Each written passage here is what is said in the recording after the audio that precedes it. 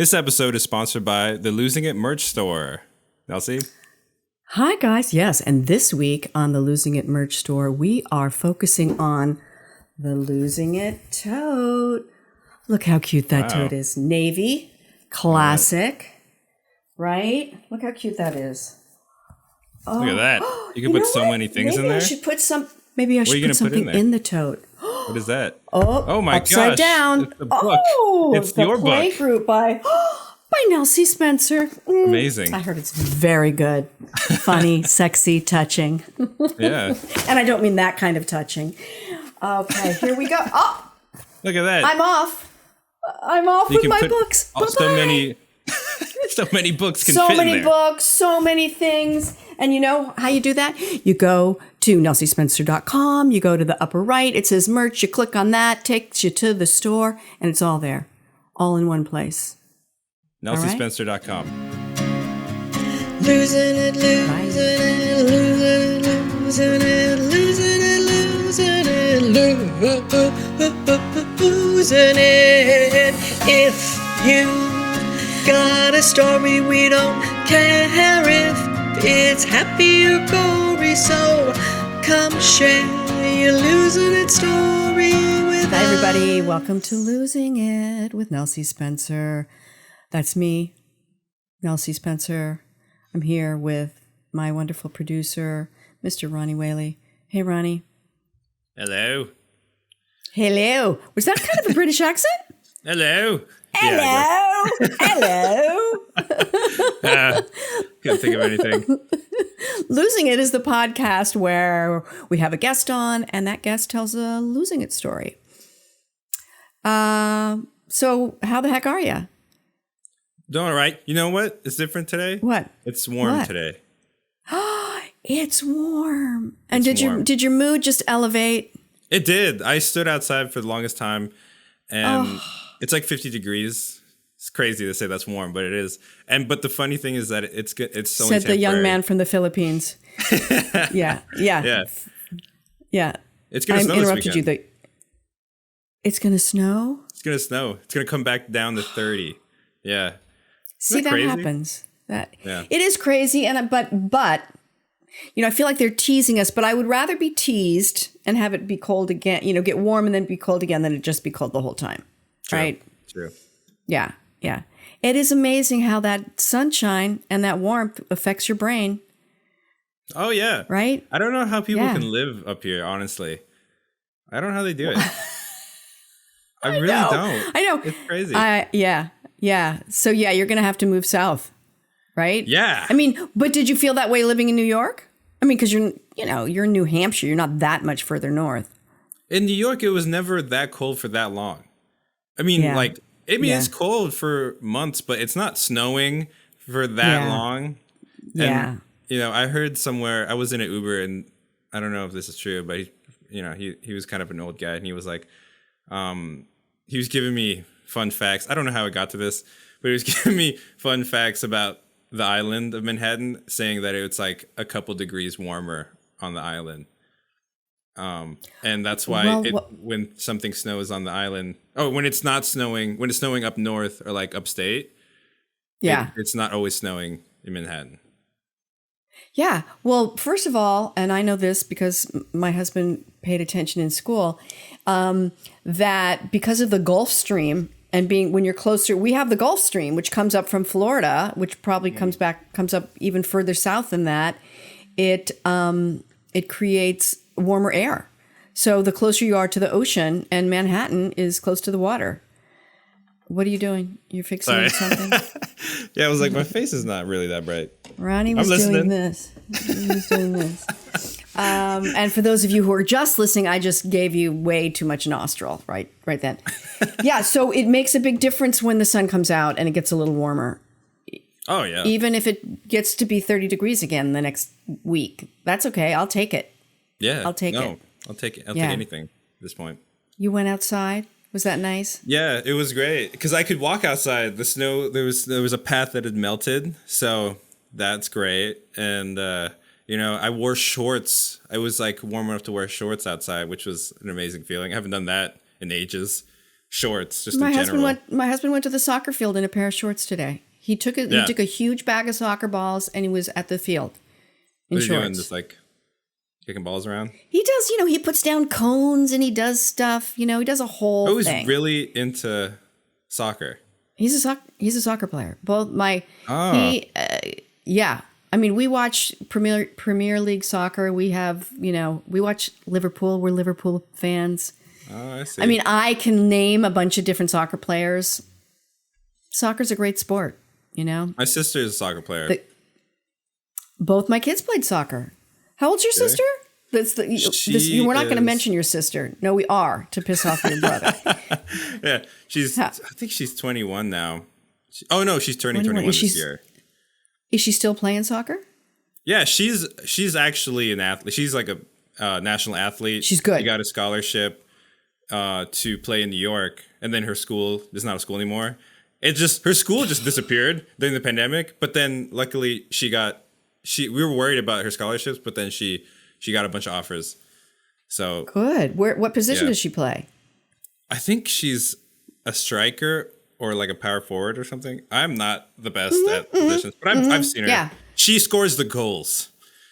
That's what she does. She would be the striker. She would be the striker. Yeah. Or she could be attacking midfielder. Yeah. I mean, don't go too deep. You can't go too deep with She's the up soccer. front. But I know more than the average bear. She's up front. She's a striker. Yeah. She's been playing soccer since like she was a child. So yeah. Back in the Philippines, she was in like a bunch of clubs. She was like in maybe like 8 clubs all at the same time. No kidding. Yeah. She's a real that's all she is. That's like her. Yeah. Yeah. Oh, good for her. My son's a huge soccer player. He coaches soccer. He played starting at age 6. My daughter played starting at age 7. My husband coached them. No, all soccer all the time. Yeah. I used to say whenever my husband, if we were, getting romantic and we were in the bedroom, when he had an orgasm, he would say, "Goal!" Yeah, I weaned him off of that. But for a while, it was like, okay, you're happy, I'm happy, So, like, have you seen like the Mexican commentators?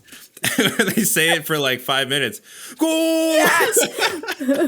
There's that one famous Mexican soccer announcer that says goal for a solid, 5.5 minutes. Amazing. Yeah. And then there's this one Scottish guy.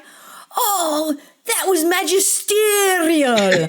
Oh, he's like, look at him. He's the sea biscuit of soccer. I mean, I don't know. I can't even do him, but he uses all these metaphors and, magisterial. Whoever uses that word, but he's forever using it. Yeah. That's great. Soccer's great. I love it. I know. I was never really into soccer. Did you play sports? I played soccer, but I wasn't really into it. I was a goalie. Yeah. Because you're big. You're tall.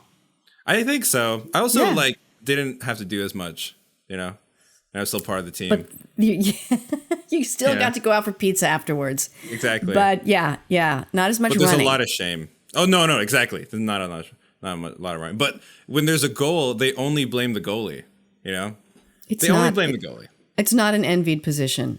No, you don't want to be the goalie. No, it's too much pressure. That's a lot of pressure. This is the first fall that I wasn't on a soccer field watching one of my kids play soccer. Because of everything that's happening. Yeah, because of the pandemic. Yeah. Nobody's playing soccer. I mean, my son now is coaching soccer, and I don't know how they're not wearing masks. I don't know how they do it, but so far, knock wood, really far fine. apart from each other. Not when you tackle. Not when you tackle. Just make sure that your faces are on both ends and it's just your legs hitting. Right. You're just your legs. And when that spit flies, just spit that way. I don't know. It's all fine. Everybody's good. Everybody's good. So speaking of spit, I got a thing in my inbox that I can make an appointment to get a vaccine. Oh, really? Yeah. It's like, hey, it's, you can make an appointment for a vaccine. I was like, what? That's so weird. I felt like there was still a long wait and you had to have a pre-existing condition and you had to be, I don't know. I heard as soon as next month that I could get it. Yeah. So yeah. So I guess it's time. that. And, then we're all going to be out in the world again. Yeah. My family might even fly over here just to get it. Yeah. Oh, really? Because it's easier to get it here.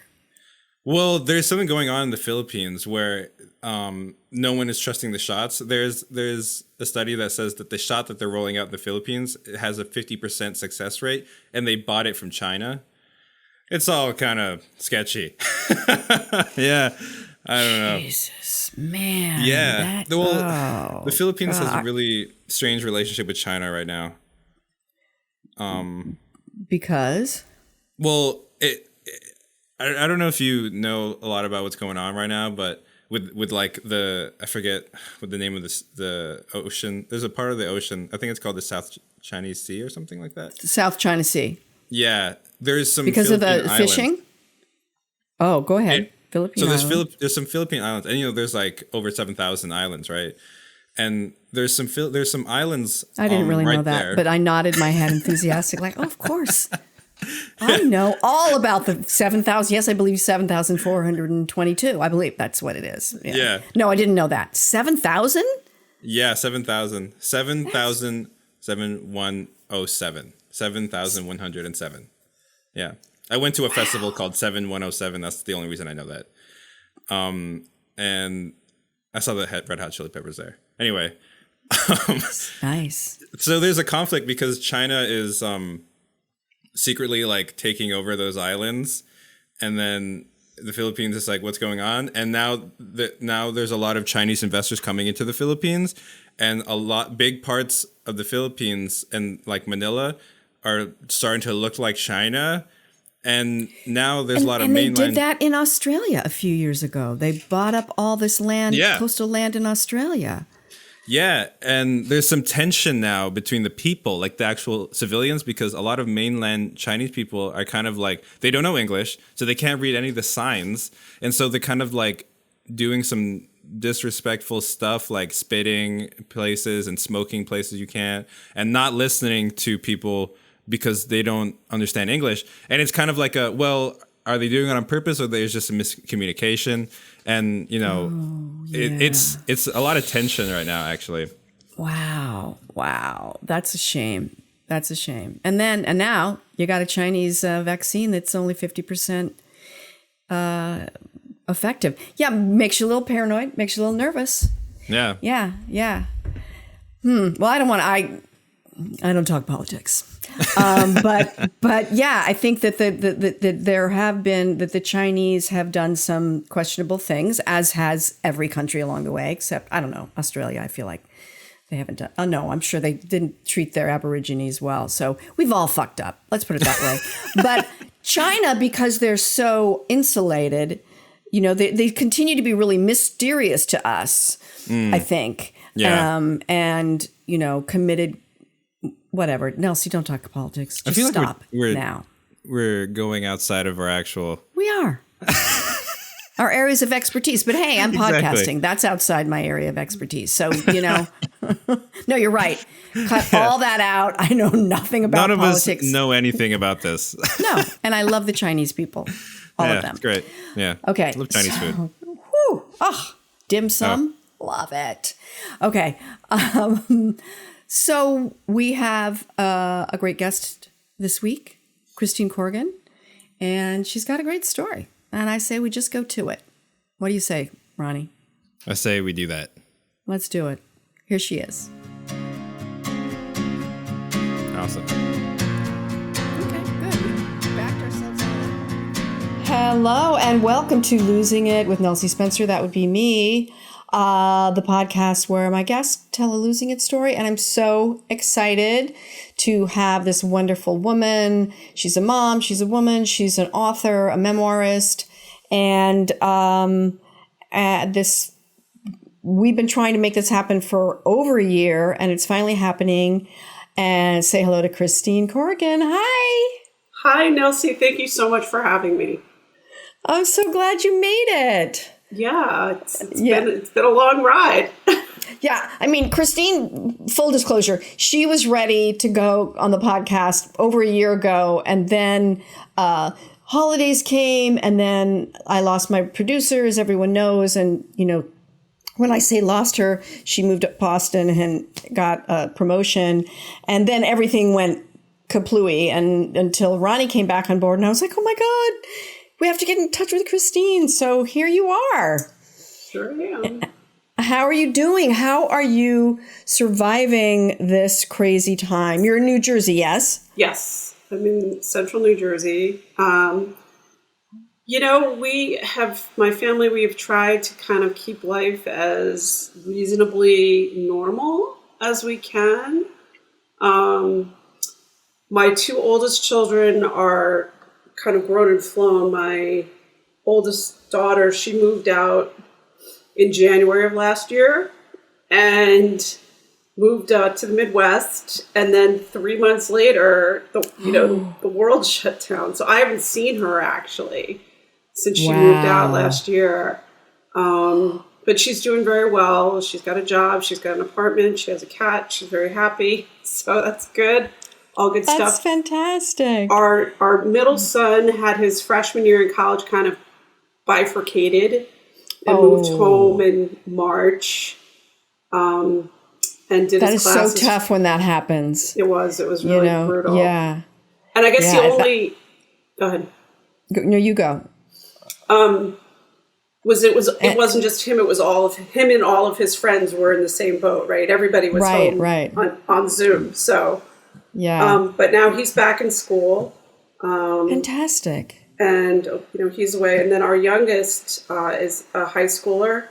He's a sophomore in high school, and he's in school. So we're that at least. So good. He's not remote. He's there. No, he's in school full time, 5 days a week.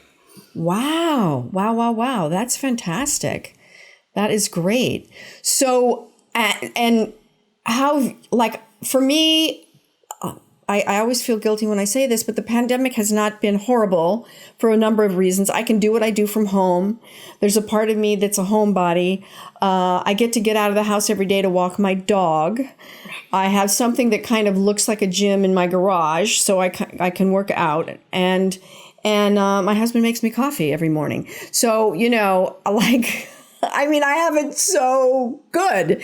And turns out people have a lot of time to write during a pandemic. So I've had a lot of students and clients. How has that affected your everyday? Well, when the first thing that affected was my husband, permanently moved his office to downstairs. So he's working from home every day. And we had redone his office. Oh my! Right before the pandemic hit, so thank goodness that was done. You had just redone his home, the home office. Yeah, perfect. And I just taken over this. What was a bedroom is now my home office and / gym because it's where my spin bike is. So, in terms of like stuff like that, I'm kind of like you, I'm used to working from home. I've worked from home for years. I walk my dog every day. I do my spin classes online. I work out with, I go to a private gym twice a week to lift, and it's just me and the trainer. So it's, it really, all things considered, I've been very lucky. None of us have been sick. Everybody's been healthy. So, That's and awesome. I think, and so in terms of the writing, I think the last time I saw you, we were at that writing conference. Yes. And I was pulling together my book proposal and trying to get my manuscript out, and got a publishing contract literally the week before the world stopped. So, and your book is now your memoir is now a bestseller on Amazon. Is that correct? Yeah, it was. Go Christine! For some go moment. Boom! Yeah, so it was right very on, exciting. Sister. That is so fantastic. And now tell us the name of your memoir. It's called Again: Surviving Cancer Twice with Love and Lists. Oh my God! I like to say it's not a book about cancer, but it's a book about hope and survival. And It's the book I wanted when I was diagnosed. I wanted, a trail map, or I wanted like your best friend, the person who was going to sit down and tell you the way it really is. Yeah. And so that's the story I tried to write. And apparently that's the story you wrote. I mean, yes. it got published and it's out there and it's selling well. Again, question mark? Again, or again, no, exclamation point? Again, okay. Surviving cancer twice with love and lust. So it breeds kind of my teenage cancer experience and my adult cancer experience, and it has some practical advice and the things I learned along the way. So wow. So it's been fun putting it out in the world, and I've certainly learned a lot about Zoom and podcasts and virtual talks and all those good stuff. So and are you getting, I mean, in the world today, the way things are now, what's so cool is you can, sometimes it's not cool, but I think especially for a book like that, Surviving Cancer with Love and Lists, which, by the way, I love so much. I think it's, the love element is so strong. And there it is. Yes. And you too can get it now. Go there now. Go to Amazon. And I love all the Post-its you've got in there too. So you can, the nice thing about how the world is now is that you can get response. People can read it and they can reach you, right? Yes, they can. Yeah. And they have. And it's just been like, you're an author. So like the coolest thing is to have somebody tell you that the words you put, down on paper or into the ether, whatever, affected someone. And it's been just such a gift. Like I didn't expect that. And that's been a very cool thing. You didn't expect it. And that's why you wrote it. You wrote it because you knew what you needed when you had cancer, not once, but twice. And because you now had all this experience, you wanted to be able to give that to other people. So you kind of knew. I mean, even though getting it published and getting out there and then actually getting the nice response back is a surprise, but it's exactly what you were hoping for. So that's fantastic. Yeah, I mean, it certainly was what I was hoping for. But when you hear the words spoken to you, it's just my heart is so full. So yeah, what's the biggest surprise, or maybe the coolest one you've heard from or you've gotten? So I was interviewed for a podcast called Soaring Above Cancer. And it's actually based up in Canada, and it's a young survivors is their primary market. But the woman who hosts the podcast was a young Hodgkin's survivor. She had Hodgkin's as a teenager, like I did. And she wrote me an email after she read the book, and she said, my biggest fear has always been recurrence, that I was going to have to face this again. And she said, having read your book and having read your words, I know that if it happens again, it might not be easy, but it will be possible to face. And that was just, that I was like, okay, I'm good. Thanks, universe. That's all I need. There we go. Thank you. Thank and good you. night. And good night. Right. Exactly. Oh my God. Oh, that's so great, Christine. Oh my goodness. Christine and I met, as she said, at Gotham Writers Workshop, had not in 2020, but in 2019, had their first writers conference, and it was a 3-day conference in Chelsea. And you were there because you're a writer, and you'd gone to Gotham, and you'd worked with Melissa Petro, yes. Of whom you and I are both mutual fans. And so we went and had lunch together, and that's when I met you. And I only really heard a little bit of your story, but I was like, I like this woman. She's got to be on my podcast. And you're just happy and focused. And my feeling about you is that there's, you just had this clarity, and there's nothing like wishy-washy about you, even though there might be. That was not my impression. My impression is, this is what I'm doing. You're working on your book proposal, and, like sort of clarity and light and focus. And is that who you are? Are those some of the things that helped you survive what you've survived? Yeah, I think that's true. I think I've always been very focused. I've always been very list driven, lots of lists in my life. But I felt, so strongly that having had the experiences that I've had, I knew it was going to be very hard for me to, do this kind of traditionally, because I didn't have a huge platform. I'm building it. It's nice, steady, whatever. But I wasn't going to invest 5-10 years in like trying to create, what the equivalent of celebrity status is on the internet, basically. Because I don't have the luxury of living with the idea that I'm immortal. So so I really, really wanted to get the book out. I kind of took a non-traditional route. I went I would look for small presses that were unagented and indie presses, and Kohler finally took it, and it's been great. And I'm glad I did it that way.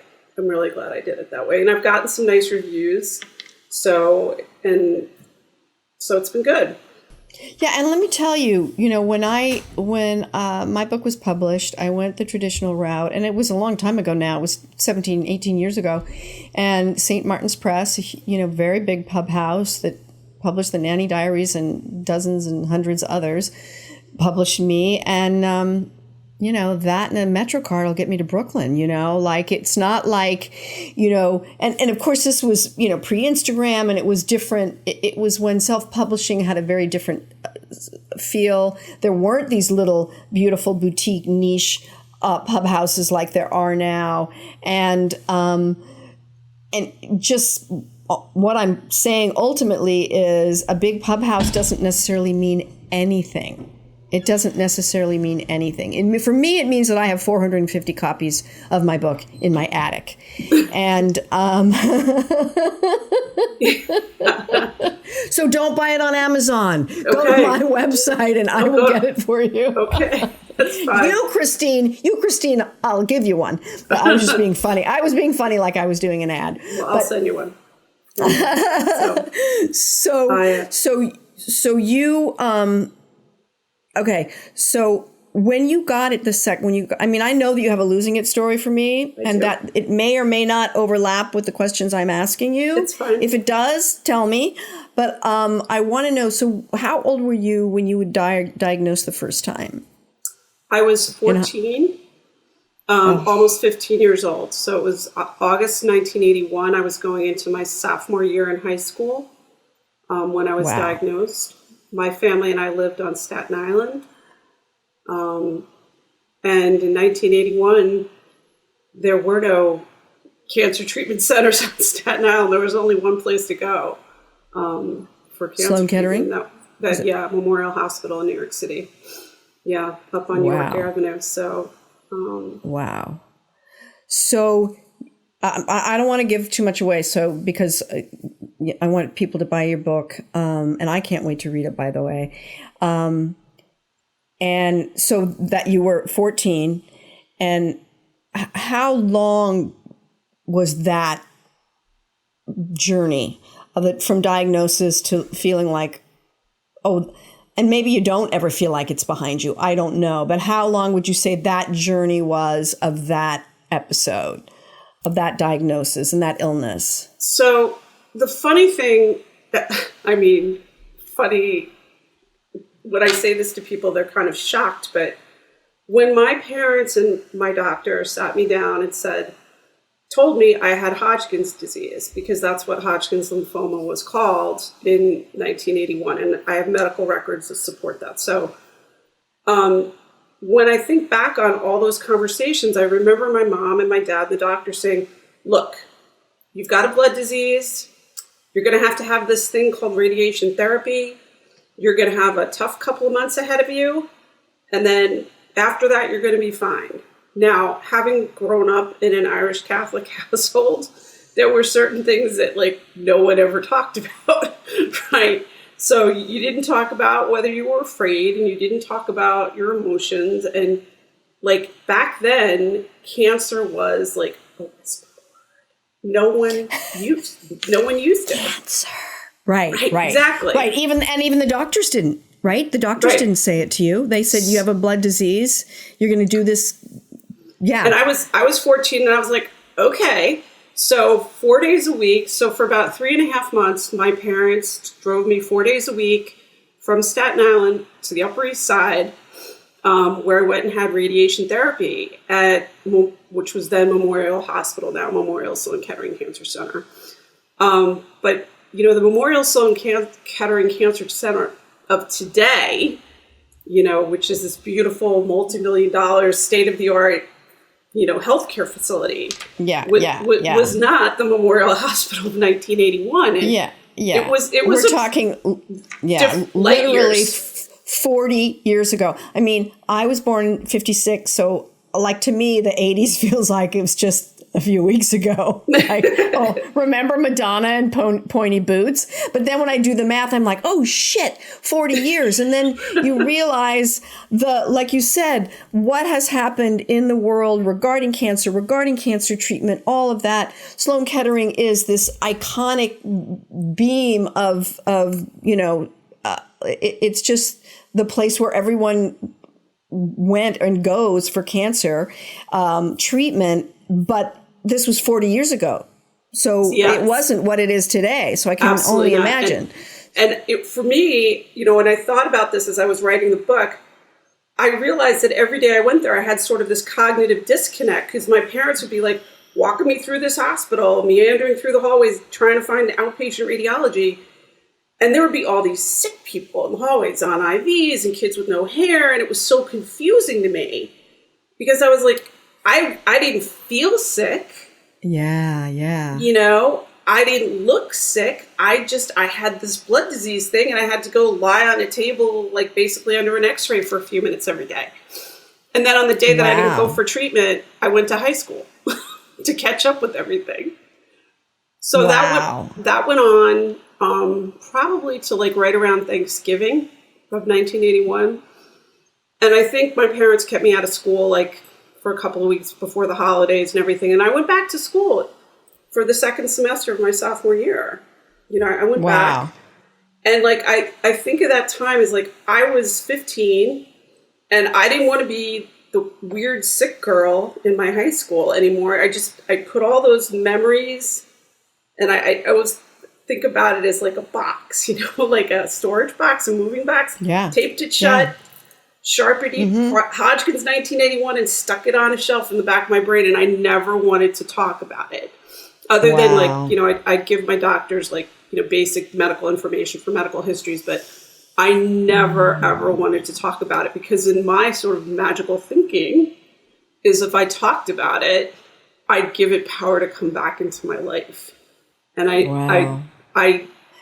and even though there's no, I was going to say there's no logic in that, but to me it makes well, only in that, you know, in certain schools of thoughts, things that we concentrate on, you know, manifest, you know, all that. Yeah, but what I want to say, to me, that makes so much sense. What you did, you're like, okay, that happened, and next, and move on, you know. And I love when I say I love it, you know, I love that you expressed it in this way. You didn't want to be the weird sick girl. You know, when we're 15, we don't want to be the weird anything girl, you know, the weird divorce girl, the weird whatever. The last thing we want to be in is weird, unless we want to be so weird that we're cool.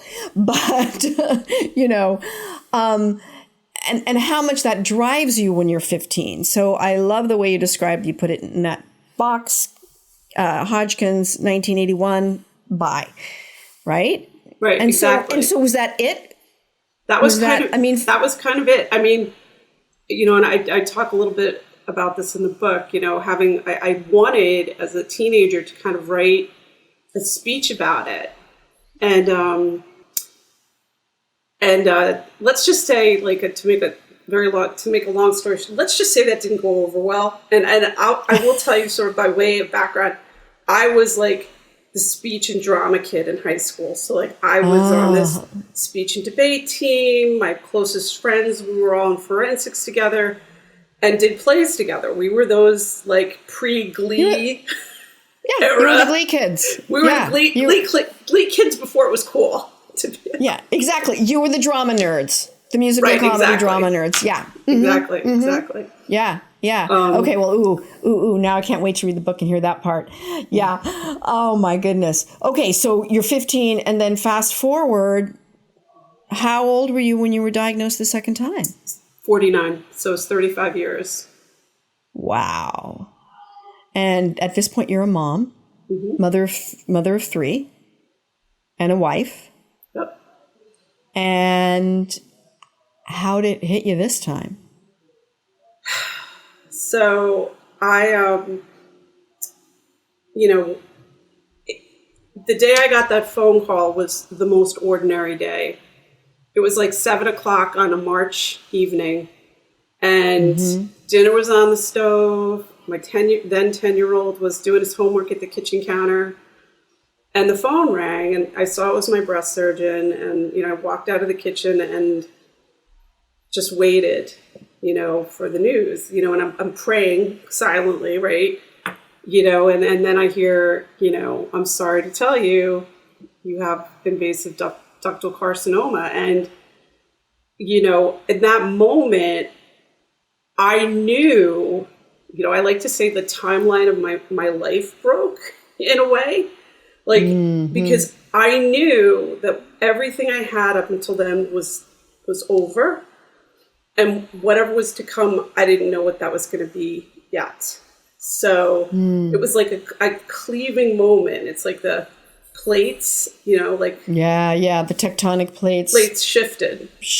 Yeah. And I had that moment of like, come on, like I did this once. That's where it comes again. Come on. Are you familiar with Tig Notaro? Do you know her story? No, I don't. Oh my goodness, Christine, you will love her. Okay. She's a comic, and she got breast cancer and had a double mastectomy. And this happened on the heels of her mother being really ill for a long time and her being critically ill. So when she was with something else, and she ended up doing a stand-up routine about it, because she was a comic, about the diagnosis. And it was, even though it wasn't video, it was only audio, but it was so powerful that the audio went viral. And her career, like, she blew up. Her career blew up. There's a documentary about it. I want you to watch it. You will love it. She's funny. She's smart, right? And that's one of the things she was like, really, God? Come on. Like, because she'd just been, and the old line, God doesn't give you more than you can handle. She was like, I mean, I'm not gonna quote it as well as she did, but I recommend that to everybody who's listening, and especially to you, Christine. Listen, watch that documentary. It's really good. Okay, so there you are. Normal day. It's March. You get that news, and this tectonic shift happens. Right. And I wanted. So you've got to go through this whole, process. Everything in medicine's a process. So, you get the news, but you got to wait because they have to figure out what exact flavor of cancer you have so they can figure out how they're going to treat you. So there's a lot of like, hurry up and wait, right? Oh, God. So I ended up having my specific type of breast cancer. I had to have chemotherapy. So I had 6 rounds of chemotherapy. And then I went on an estrogen suppressing medication that I'm still on today. I had a bilateral mastectomy and reconstruction, and then 8 additional months of a targeted therapy. So all in, it was a year of treatment from start to finish. Wow. And at the beginning, I was very focused on trying to keep my family's life normal which I should have known from having gone through it once was an absurd thing, right? But, you look at it through the lens of being a mother and a wife, and, I was my own professional. I had my own, writing business I was doing. But isn't that perfect too? And so it's so female, and I don't want to make sweeping generalizations, but it's so female and it's so mother, because it's like, okay, I got this whole cancer thing, and have to have a double mastectomy and reconstruction and a lot of this and that. But let's see, what are the kids having for lunch tomorrow, right? Exactly. That's how your brain's working, because it's like, oh yeah, I'm sick, but my primary focus when you're a mother, and I think it's even physiological, when you're a mother, your primary focus is so clear that it drives us. It drives us in a way that's not always healthy, but we have to do, that's why I always say, we have to keep the species going. On some level, it's such a primal drive, Right. And okay, so, oh my goodness. So you're thinking, I want to keep my family's life normal. When it was nothing but that. And then one day, I want to say I was probably halfway through chemo. It was like a late April, early May morning, misty kind of gray spring day, not pouring rain, but just, that misty gray. And I'm out walking my dog, every day. I'd lost my hair since by then. I had a baseball cap or scarf on, whatever. And I see a neighbor in the distance out for her morning run. And, I saw it and I was just like, I'm going to have a conversation, because there was no avoiding it. Like, she saw me and the dog, I saw her. It wasn't like I could turn around and run away, And she stopped and, she, of course, asked what was going on. And I explained the whole thing to her. She started, she's like, well, what can I do? Can I make you dinner? Can I come do your laundry? Do you need groceries? Like, she went on. And finally I was just like, we're really trying very hard to kind of keep everything as easy for the kids as possible right now. So thank you, but no thank you, basically. And I said, but I'll put you on the meal train for when I have surgery. Don't worry. And she put her hands on my shoulder and she gave me, she gave me a little shake. And she looked me right in the eyes and said, stop it. She said, Chris, stop it. She's like, let the people who care about you take care of you. And she's like, do you know why? And I'm standing there feeling like an idiot. And I'm like, no, why? And she's like, well, because you do it all the time. She goes, because it makes them feel good. She's like, don't take that away from the people who care about you. Let them help you. Oh. And then a few hours later, I went out to the mail. You got me going here. You got me going. Sorry. It's so true. No, don't be sorry. It's so true. And it's so interesting how we want to push that away, and how when we're pushing it away for whatever reason, whether it's knee-jerk or whether it being uncomfortable with being vulnerable, or like you said, wanting to keep everything normal. And it's so interesting to get that take on it, that how good it feels to be able to help others, in a real way, whether it's doing the laundry or doing the grocery shopping or walking the dog.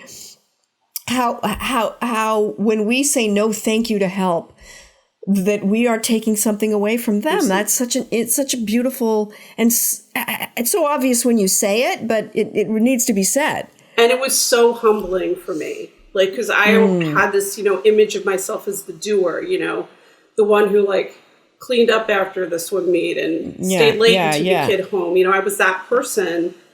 And so for me, it was a real moment, a transformative moment of grace, to be humbled in that way. And then a few hours later, I opened my mailbox and there's a little gift bag in there. I opened it up and there's a pendant. It had a guardian angel on it that I wore every day from then on. And was it from that friend? Yeah, from my neighbor. Yeah. And so I would remember to say yes. And the people, the more I said yes, the more people just showed up. People showed up, and it didn't matter with what or it could have been a note. If somebody could have dropped, thinking of you and left me a bunch of flowers, or somebody rang the doorbell and handed me, a pot of spaghetti bolognese, whatever it happened to be. But that was just, it was such, and that to me is where the story changed for me. That's kind of where it changed. Yeah, well, I mean, what a, like you said, I love the fact that you said it was humbling, because we have to stop and rethink sort of how we view ourselves and how we view the world. And that's a huge thing. And, I relate to the person who stays late and all of that. There's an expression, you're not a human doing, you're a human being, and when we've spent our lives being human doings and attaching our self-worth to it and our ego to it and our identity to it, how do you stop? It's not an easy thing to stop. Right. Oh yeah, I got cancer. I got that whole surgery thing. But what are the kids having for lunch tomorrow? So that's great story. So you got this guardian angel and you wore it every day throughout the whole thing. For the rest of the year, every day. Oh my goodness. And I still have it. I mean, I keep it. I have all the things that people gave me. Oh my goodness. So. Well, I want to continue asking more and more questions about your book, but I'm going to stop myself because I am going to read it. And tell us again where, I don't think you told us before, where can we buy it? It is available, of course, on Amazon. It is available on IndieBound. It is available at your local independent bookstore and on bookshop.org. So please support local independent bookstores. Local independent bookstores. And it's also on, I think, barnesandnoble.com too. But again, Surviving Cancer Through Love and Lists. Twice with Love and Lists. Yes. Twice. Yes. Surviving Cancer twice. Yeah. That important aspect. In the book, you go by Christine Corrigan or Christine Shields Corrigan? Christine Shields Corrigan. I wanted to, I wanted to include my maiden name, kind of in honor of my parents and, everything. I kept my maiden name. So, I hear you. And I hear I practiced sister. as an attorney for years as Shields, but, I lost both my mom and dad a number of years ago. So, that's sort of my homage to them. Yeah, yeah. So, oh man, I cannot wait to read your book, and I'm so proud and excited. And I was just sitting there at that restaurant in Chelsea a year and a half ago, and you're like, oh yeah, I'm working on my book proposal, and like, oh yeah, it's out there. I wrote it. It's a bestseller on Amazon. Boom, right? So, yeah. Everything starts with an idea. I mean, you have to take the action, which you took, but that's fantastic. I'm so excited for you. And where can people follow you on Instagram? I'm at CP Corrigan on Instagram, and on my website, ChristineShieldsCorrigan.com, has all my social media links right on it. Excellent. Great. Fantastic. So, and you have a Losing It story for me. Is that correct? I do have a Losing It story for you. So. Good. All right. Okay, so what I'm going to do? Stop. Yeah. Stop. I sound like I was from Canada for a second. Stop. I have to close my door. Hang on one sec. My dog is always pushing her way in, and then she has to go out, and so just have a little privacy here. Okay. So you have a story for me, and I can't wait to hear it. I do have a story for you. So we're gonna go back and forth in time again. Okay. So we're going back to 1984. So I'm going to tell you about John. John was smart. He had dusty blonde hair and hazel eyes that crinkled when he laughed. He had a beautiful singing voice and an offbeat sense of humor. He could cook like a chef. And he was always a gentleman. He treated me like a princess and shattered my heart into a million pieces. Thanksgiving weekend, 1984. So John and I had, your kind of classic, everybody's home from college, Thanksgiving weekend party. So all of our theater geeky friends were at his house. all our friends that we had seen because everybody had gone away to school, and we're there in his parents' apartment, small New York City duplex kind of house, right? And his parents had the upstairs floor and the tenant had the downstairs floor. So we're like hanging out, around the piano. People are singing show tunes because that's what we did then. Drinking beer and smoking cigarettes because, I never smoked, but like theater people smoked like chimneys back then. So can you give me a taste of a couple of the songs that you were singing? Like what theater songs might have been being belted out? Let me think. Evita or Les Mis. It was 84. No, it would have been more like classic, like Guys and Dolls, or the like old Guys and Dolls, Music Man, Oklahoma. Any Gershwin. That great. Good stuff. So the party's kind of winding down. John and I are picking up, the crumbs and cleaning everything up. And, he puts his hand on my shoulder and he's just like, we have to talk. And I was like, okay. So we... And you guys are boyfriend and girlfriend? Yes, we were dating. We'd been dating for about a year and a half, almost 2 years at that time. And of course, where did we meet? We met in theater, right? Like that's where we met. That's where all of our friends. Were you guys ever on stage together? Did you ever play love interests on stage? No, because this is fun fact, I have zero ability to sing, and all the shows my high school ever did were musicals. So I worked like stage crew and props and costumes and makeup. So I was like a backstage person. Yeah. Good friends with, the people who did the lighting. One of the lighting guys like dated my best friend, it's like. But was John a performer? But John was a performer. Stage? Yeah. He performed, and he actually performed like opposite one of my still closest friends from high school. So. Oh my goodness. Do you remember the musical? What musical it was? Oh, let me think. The Boyfriend was one of them. And The Boyfriend. And Cinderella. So, my goodness. Now, I think I saw The Boyfriend on Broadway. Was that Tommy Tune in The Boyfriend? Tommy Tune and Twiggy? Am I right about that?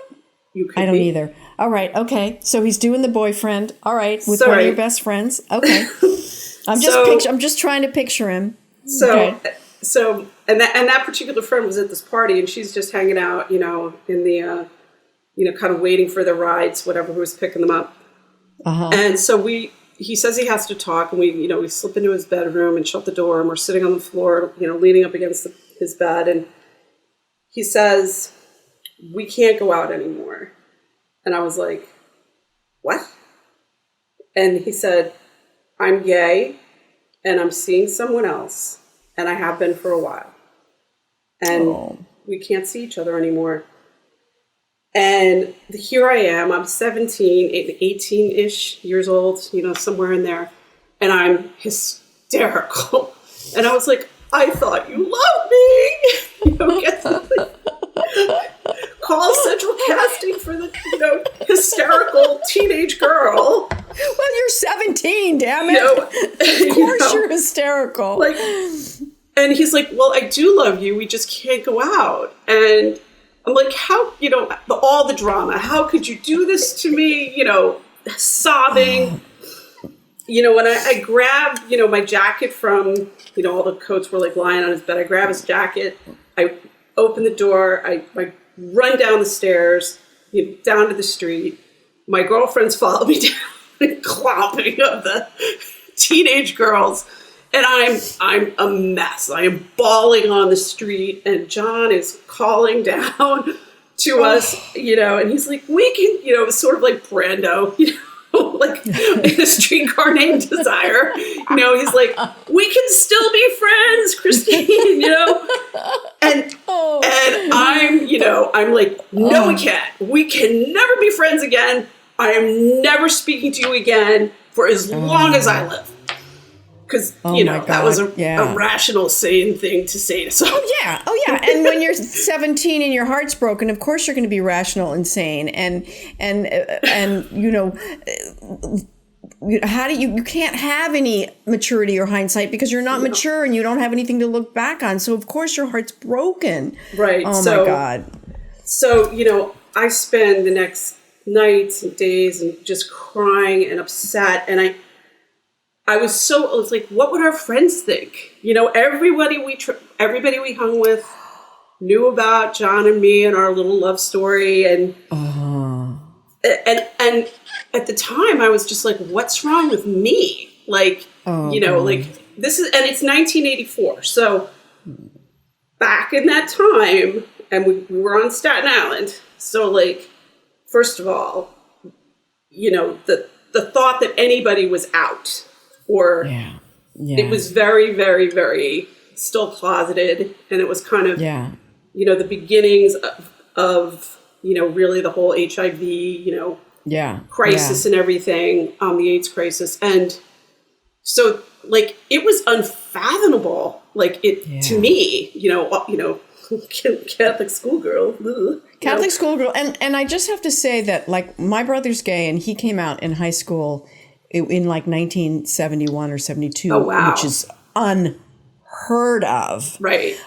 So that's extremely unusual. But to those of you who were not, were born, somewhere in the 80s or 90s, there were no gay kids in high school in the 1980s. Kids didn't come out of the closet, and especially depending on the neighborhood, maybe, but I don't think so, in like San Francisco but I don't think so. I think, kids did not come out of the closet in their teens. It did not happen. No. Yeah. So first of all, go ahead. Oh, I'm sorry. So I didn't understand, like, how could a guy be gay and be going out with a girl? Just didn't, again, cognitive disconnect, 1984. I did not understand that. And after, and when I've told my kids this story, my kids look at me like I'm out of my mind. They're like, how could this be? Like, how could you have not known? I'm like, because nobody said anything like that. It just was that closeted at the time. And we did not speak for 3 decades. So fast forward 35 years. And it's a summer day. And I'm sitting in a cold, sterile infusion center when one of my friends, played opposite John, emails me some pictures that she found. She was redoing her house and going through boxes of crap. And it was a picture of our high school graduation day, like all bunch of us, in our white gowns, and then a picture of the invitation to our senior prom that John and I had gone to. And she said, I found him on Facebook. You should reach out to him. I think he'd like to hear from you. And I was like, I was like, do not recall that night. Like, she's like, I was there. She's like, everybody recalls that night. like people from other high schools recall that night. I'm like, I don't know about that. Like, I'm not sure that, after decades of silence, what would I say? What would I say? I was so, but now with like 35 years of life experience, and I'm sitting here, in cancer treatment, and I realized, I was like, I never thought how hard it must have been for him to be a gay teenager in 1984. And I didn't see it. I didn't see his struggle. I didn't see his pain. I didn't see the act he was putting on. And I was ostensibly one of the people who was closest to him, and I missed it. And so, how much courage it took for him to say to you who he loved and who I'm sure he knew how much it was going to hurt you, but for him to be so brave to tell the truth and then say, I'm seeing someone else, basically saying, I'm seeing a guy. I mean, that's the courage level is off the charts there. Yeah. And, so there you are. I was asking yourself there these I am. questions. I'm like, I can't get back 35 years of what could have been a friendship, but maybe I could make this right going forward. So after I had my surgery in August, I was, I actually was stalking him on Facebook for a few weeks. I was like checking him out. I'm like, oh, look, here's so I sent him a friend request, and he wrote back right away. He goes, my, how Facebook brings the past right back out in front. And I'm like, you haven't lost your sense of humor, I see. So, we messaged each other and filled in sort of the quick, resume gaps between, me married for then 25 years, 3 kids, had cancer, bald, whatever surgery. He'd been married to his partner, Ted, for 29 years. They had an adopted son. Wow. I know. And how great.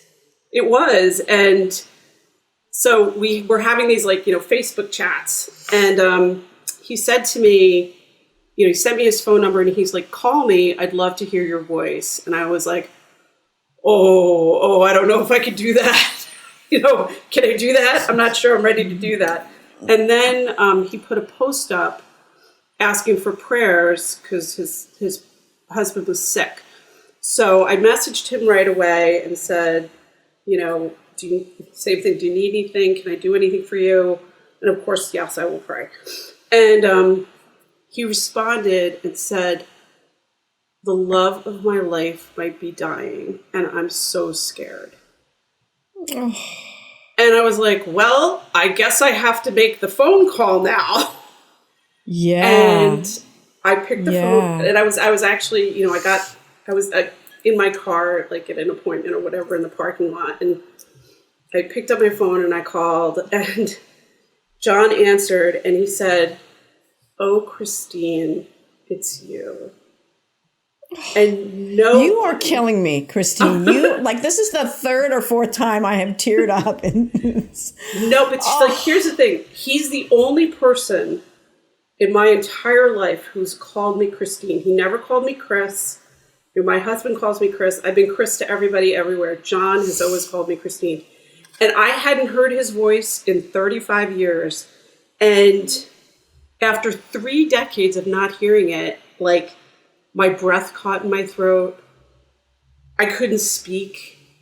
And in that moment, all of the love that I thought was long gone, that I had dammed up behind all my adolescent anger and hurt was there. It just flooded back over me. And I felt like I was 18 again, 17. And there it was. Why had I given that up? Why couldn't we have been friends? We could have had a lifetime of friendship, the marriages, the births, the deaths. Why had I given up all those years of friendship, right? And, you go through loss and you go through illness and you go through life and you get that, perspective. And I was, just kind of horrified at myself, to be honest. And then a few days later, John called me and he was absolutely distraught, hysterical. It turned out that his husband had cancer. It was inoperable, incurable, couldn't be treated. And then a few days later, he died. Oh my God. Ironically, in a karmic irony on my birthday. So, right. And that, God. I looked at that, I look at that and go, what was it about that moment in both of our lives that the universe decided, y'all need to get back together again? And we have, since then. And it's been a process, certainly, but, before COVID, we were, seeing each other. We, meet for dinner, meet for brunch, go to plays. What was it like the first time you saw him, Christine? I mean, I'm assuming you saw him right in the wake of him losing his husband. Yeah, it was a few months later. What was it like to see him for the first time?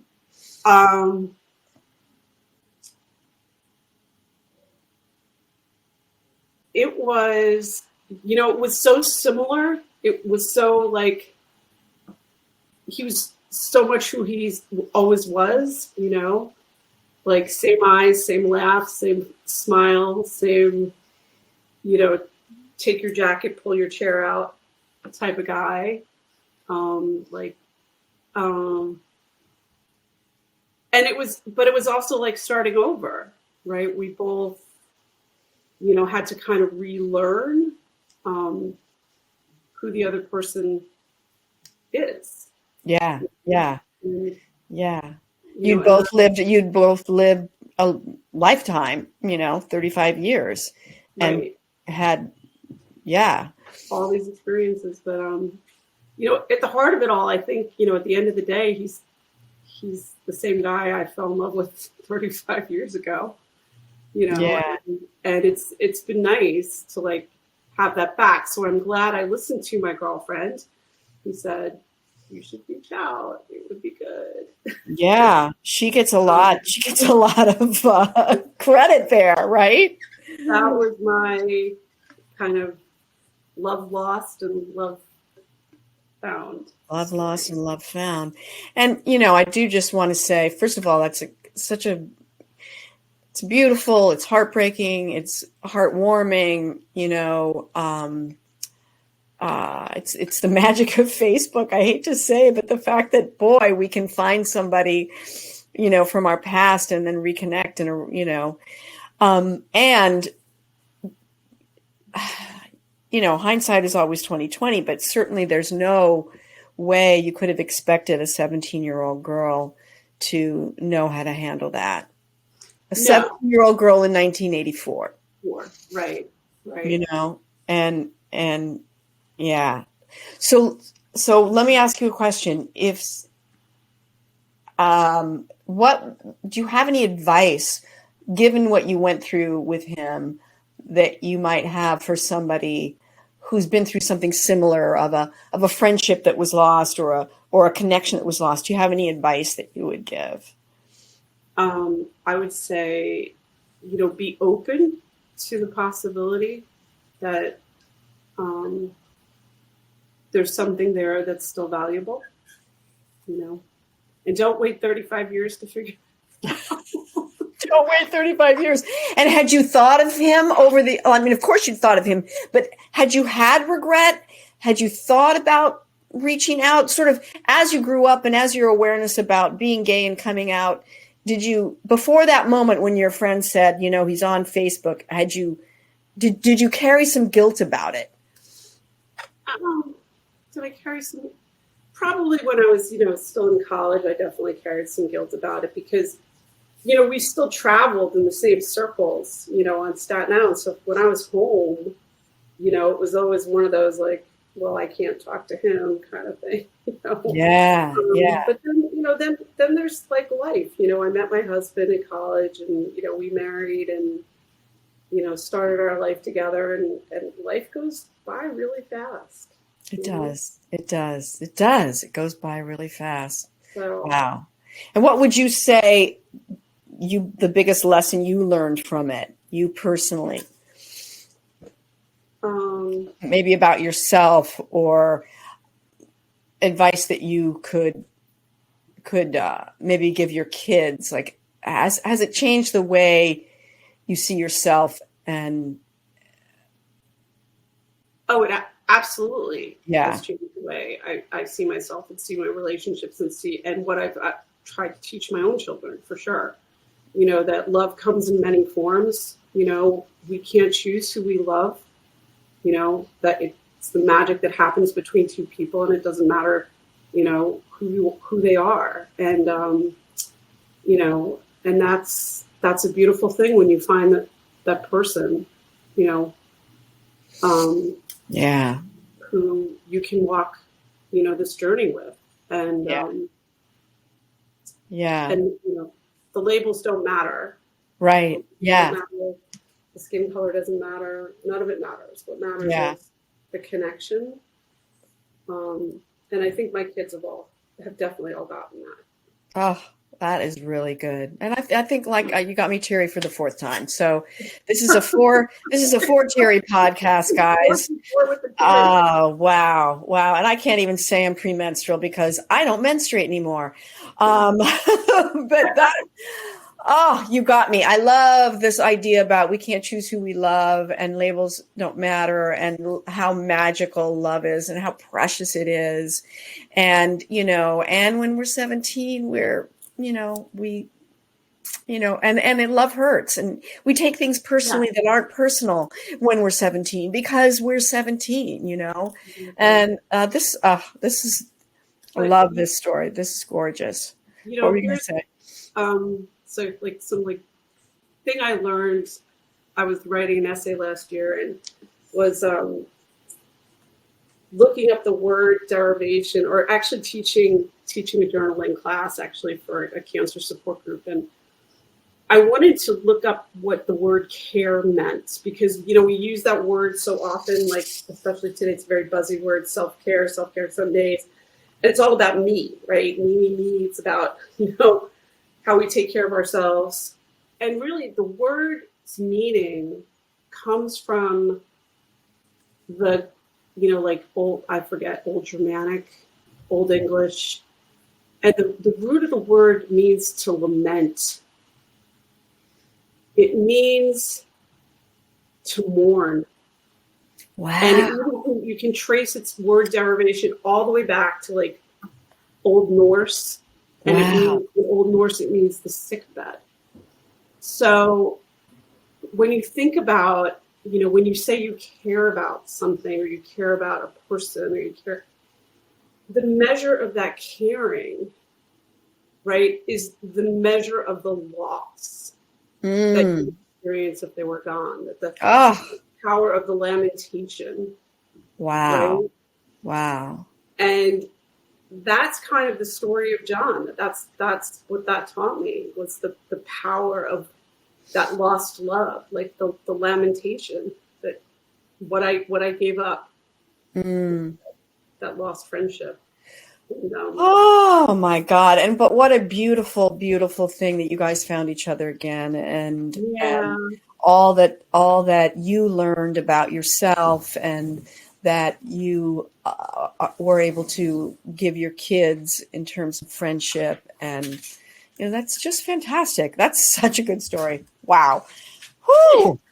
So thank you so much for that. And we end with 3 questions. Yeah. The first question is, what is something that you hope you will lose, that you hope to lose in the next year? Something I hope to lose. Other than the obvious, the mask, I would like to lose the mask.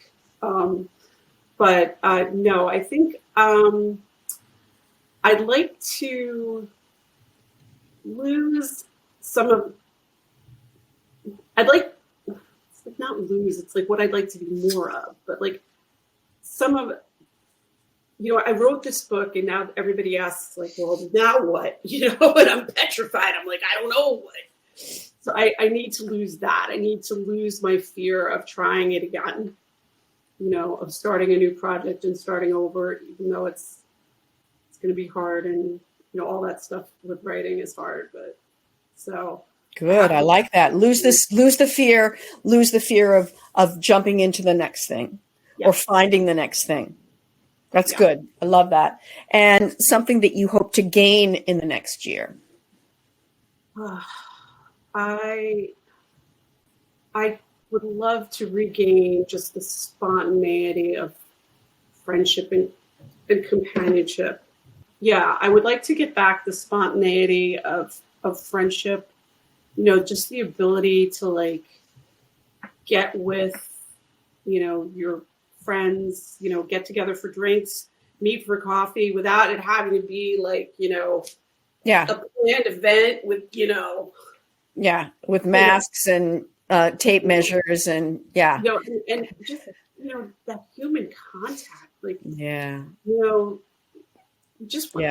I want that back. Yeah, want to gain that human contact, and I like that.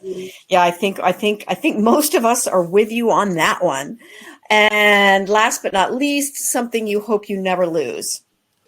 I hope I never lose my sense of resiliency.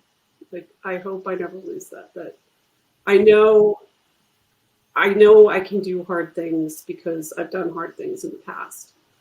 And even though it feels like in the middle of this pandemic that it's going to be forever and we're never going to get out of it, we will. We will. You just have to have, patience to put one foot in front of the other, and eventually you're going to get to the other side of that forest. Yeah. And that's helped me over this past year for sure. Yeah. Fantastic. Thank you. That's good. That's good. Resiliency, not losing your resilience. And I'm not worried about you losing your resiliency. Not worried at all. From what I'm getting to know about you, what I learned about you today. So one more time, hold up that book so we can all see it, and you can get it at Amazon, at barnesandnoble.com, but you can also get it at your independent local bookstores. So let's support them because Jeff Bezos has enough money. And And book.org, indie bound as well. So yes, bound. Exactly. Good. And you can you can find out all her social media handles by going to ChristineShieldsCorrigan.com. And thank you so much for coming on. Thank you so much for having me, Nelsie. This was so much fun. It was really all fun. the weird technical glitches on my end. Don't worry. I'm Don't sorry, worry, honey. Ronnie. It's gonna make work for you. He's a magician. He'll go zip, zip, zip, zip, and it's fixed. So don't worry about it. We didn't lose anything important, because when it screwed up, you just stopped. So don't worry about it. Don't worry about it. So thank you so much for coming. And when that spontaneity comes back, I'm going to head up the Parkway and turn west, and you and I are going to get together and have some coffee. For sure. All right. Okay. All right, Christine. Thank you so much. Thank you, Nelsie. Have a great day. You're good to go. That was fun. She's great. I love her. Buy her book. That's all I have to say. So do we have a fan letter from last week? We do. So last week we asked the people if they could send in stories about taking, I guess, a leap of faith, right, towards something. Yeah, and also and not giving up, right? Like don't give up before the miracle and all that. Oh yes, exactly. Yeah, right. Yeah. Okay, good. And I've got it right here, and you know that I have it because I put my reading glasses on. Okay. Hi, Nelsie! ! The biggest risk I took was leaving my financially stable life and job during my tenure in the Army. I left the comfort and safety of my job with a planned and prepped future and took a risk by following my passions and dream of pursuing music. Good for you. And then they're going to say, and now, I don't know. No, it all worked out. I'm hoping. Don't skip ahead, Nelsie. Though it is still an ongoing struggle, I found myself enjoying the grind of putting in the work and effort. I was not waiting for days to pass. I was truly enjoying and living in the moment rather than waiting to have achieved or getting to my destination. Boy, Ronnie and I were talking about that just the other day. Yeah. Along the way, I also met like-minded people with who I've formed, I think it's with whom, but don't quote me, with whom I've formed lifelong connections that undoubtedly have impacted my life for the better. That's so great. Along the way, I met my girlfriend, whom I plan to propose to this summer. Well, I think I better not say this person's name because I don't want to give that away. And now I work as a songwriter for Universal Records. Oh my God. As much as I enjoy and take pride in being a songwriter, the journey in itself, the risk was the story I will tell. The story is worthwhile. For those who find themselves in a similar situation, I encourage you to follow your dreams. Do not wait for days to pass. Do not wait for a destination. You should be enjoying every moment of the now, and that can only be done by following your dreams. And that is by, I don't think I should say their name. Do you, Ronnie? That's your call. Did they say a last name? I'm just going to... No, that's from Jacob G. Jacob, that is some fantastic advice. I mean, follow your dreams. You know, it's like I've always followed mine. I'm trying to get back to Riverside, which I can't do. Okay. Yeah, you take a risk. I mean, it's interesting because, you know, they always say, oh, you need something to fall back on. But then there's the, you know, if you're doing the arts, but then there's the school of thought that if you have something to fall back on, then you don't try as hard. Push yourself. Yeah. Yeah. It's like, you don't have the safety net. Yeah. Yeah. I had no safety net. Still have none. Still. No. And as we know from last episode, no savings or safety net. So that webinar I'm going to do about creating your financial future, don't come because I got nothing. So what do you think? It's a good point, though. Yeah. Do you agree, Ronnie? A silly question because you're pursuing your dreams, right? Yeah, I mean it's funny. Yeah, it's funny that came in because I'm like very much relating to that. And yeah, you know, I've been kind of in, I guess, like the traditional sense. You could call me negligent of what I was supposed to do, but in my perspective, it was in the way of what I wanted to do, right? So like I wasn't a good student in high school and college, dropped out of college, right? And I wasn't a good student, but then I was a really good student of the things that I taught myself. You know what I mean? So it's kind of like I taught myself to do all of this stuff, right? That's what I wanted to do. But everyone said that I was doing something wrong because I wasn't getting good grades, right? Yeah, yeah. Right. And oh my God. The how much we measure ourselves by our grades and think that, oh, whatever grades we're getting is some, you know, harbinger for what kind of a future we're going to have. I mean, it's absolute bullshit. Absolute bullshit. I'm not saying you shouldn't do well in school at all. And you know, my daughter took a very traditional path. She went to undergrad, she went to graduate school, but she was also pursuing her passion. And she's also sort of an effortlessly good student. It's easy for her. But Mark Zuckerberg didn't finish college. Bill Gates didn't finish college. You know how many people I hear how many times I'm listening to Conan O'Brien or Mark Maron, and it's like, oh yeah, no, I was a horrible student, left school. Yeah. Right? But they were really good at what they wanted to do and loved to do. Exactly. Yeah, and the reason you're good at what you do is you work hard. You still have to work hard. You have to work hard for your dream. You have to work hard, you know, to figure out what you're doing. Oh, I mean, 100%. Yeah. It's funny because I've always, I've been that kind of person as well. It's like, I just figured it out as I went along. Oh, I think I'll write a character. I think I'll write a play. I'd never written a play before.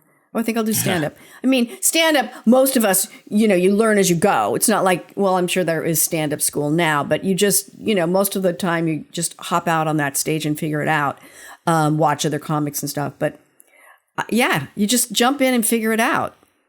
Yeah. Right? Yeah. 100%. And if then you really know if you want to like put all your effort into this thing once you get that one first fallback, which you will get. Then you'll see whether you're really about that life. And, you know, and I've already had that early on. So I kind of decided what I want to do. Yeah. And, you know, it's funny, like when we were on the phone the other day, I kind of realized that what I'm kind of going through right now mentally is kind of funny because it's like, I didn't realize it till I thought about it. It's actually the confidence in my success and if it's going to happen. And I realized, oh, I'm insecure whether this is going to happen. Oh, if that's what's happening, then there's no problem. You know? Right. Yeah. I didn't realize that. Yeah. It's so first of all, we judge ourselves by so many things that don't have anything to do with what really matters, like our grades or our income or, the size of our breasts or, whatever, the color of our hair, whether we have wrinkles or not. And so then when we start to have some sort of success or we can sort of see our dreams in sight and you get excited, I'll speak into the first person, then I go, oh, there they are. Oh, I'm going to fuck it up.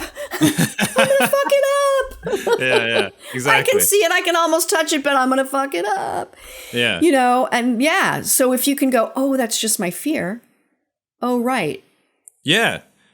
Then. And honestly, like the past couple of days have been so much better for me just because I realized, oh, I'm scared.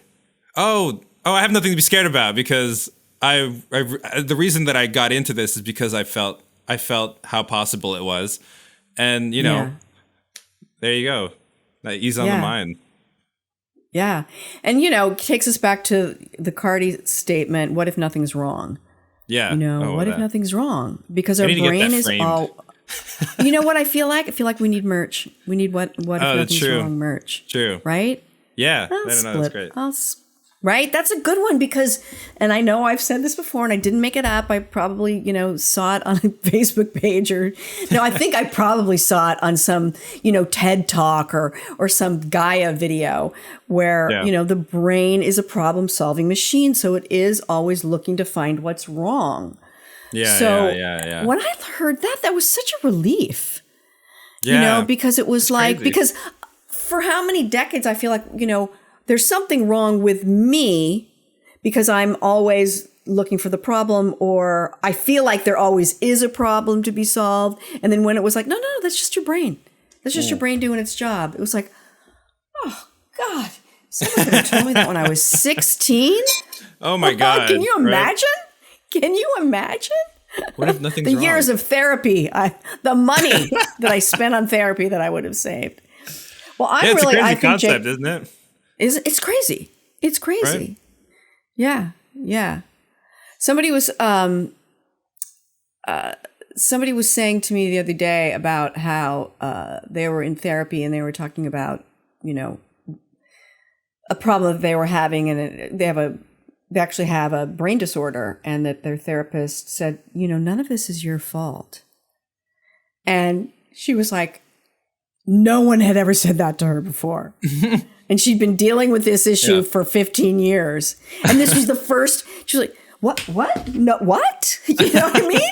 She'd been walking around like, I got this fucked up brain. It's my own fucking fault. No. Oh, man, yeah. Gosh. Geez. Well, I'm so glad. I'm happy for Jacob. I'm glad that he risked it. And I love what he said about it's the journey. Yeah. Right? Because you and I were talking about that the other day too. Instead of let's be in the moment now of this experience of us finding listeners and having fun and finding our way versus like thinking about, everything will be okay when we have this many listeners and right? All that, whatever it is, Right. Yeah. What if it's just fabulous today with the sun shining out the window and it is. The sun's shining. Yeah. All right. Well, I think we did it. So how about next week? We need something for next week. Yeah. Well, Christine, I mean, God, her story is pretty amazing. I mean, she had cancer twice. And I love the fact surviving cancer twice with love and lists, right? I think that's the name of her book. So maybe just talking about surviving and overcoming. Surviving and overcoming. And if it happens to be an illness, fine. I mean, yeah, because that's really something, Yeah. I mean, let's face, the old don't give up before the miracle thing. Yeah. It's like, just keep on going. Yeah, it's true. Said the 64-year-old with the bright red lipstick. So awesome. New lipstick line coming. New lipstick line. Losing it lipstick. Yeah, I love it. Losing it lipstick. That's great alliteration. And I love alliteration. And the what if nothing's wrong merch. What a concept. Ronnie, I gotta send you your mug. Oh yeah. Change the words. I've been like using He's got got a this different hat. big old mug, and I got him a Losing It mug. I keep forgetting to send it. What words are we changing? I was gonna say, so like Cardi doesn't get mad. We can be like, what if everything is right? Remember that? So are we trying to keep Cardi from being mad, or we just don't want to give him any royalties? I mean, I'm happy. Yeah, look, we give him a nickel a mug, right? Or a nickel, 10 cents a t-shirt, because those t-shirts can get expensive. What if everything's right? Okay, that's it. That's it. He's gonna see that and be like, Yeah. "Hey, God damn it." Oh. Ever since you had a crush on Mike Hamill, when he was my friend. All right. We done? Oh no, Yeah. we are done. we are done." Okay. All right. So guys, have a great week. Enjoy the days are getting longer. Enjoy the journey. Be here now. And remember, don't poop in the ocean. Yeah. Losing it, losing it, losing it, losing it, losing it, losing it. You came and you listened to the story.